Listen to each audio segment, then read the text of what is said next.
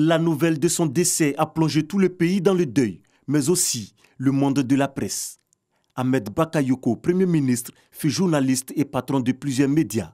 C'est l'engagement d'un jeune homme qui, en 1991, a décidé de créer le groupe de presse Maïma Édition, qui édite le journal Le Patriote, dont la ligne éditoriale était le soutien aux actions du président Houphouët-Boigny et du Premier ministre Alassane Ouattara à l'époque.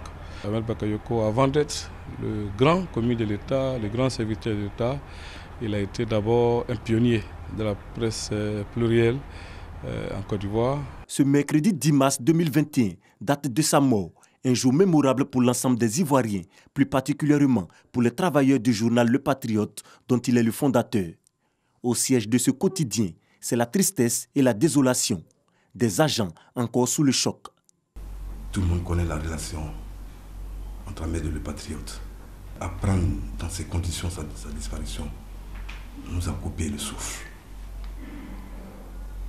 Hier donc, c'était d'abord dans l'âme que nous avons pu achever ce journal pour qu'il paraisse ce matin. La mort d'Ahmed Bakayoko a fait la une des journaux ce jeudi matin. Toute la grande famille de la presse ivoirienne se sent consternée. On paie un confrère, on paie un patron de presse. La Côte d'Ivoire perd un digne fils. La jeunesse paie un modèle. En pareille circonstance, franchement, on ne peut qu'être affligé. Donc, on l'a accueilli avec surprise, avec douleur. Ahmed Bakayoko, c'était celui qu'on considérait en griffe comme le baroudeur de la presse. Il a réussi, malgré ses maigres moyens, à hisser quand même son journal, Le Patriote, à un certain niveau. Je crois qu'il est passé par nostalgie. Il était en contact permanent avec la presse. Donc c'est un monsieur qui a beaucoup fait pour la presse. C'est un peu à cause de ce que faisait son journal que nous avons tous embrassé ce métier.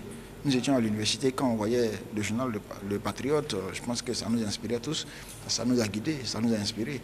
En tout cas, c'est un grand homme des médias, il avait de la vision. À l'époque, déjà, il avait une imprimerie, là où les autres journaux allaient sous-traiter la partie imprimerie de leur entreprise. Beaucoup d'espoir se portait sur lui, en ce qui nous concerne, pour régler plus ou moins les problèmes qui minent notre corporation.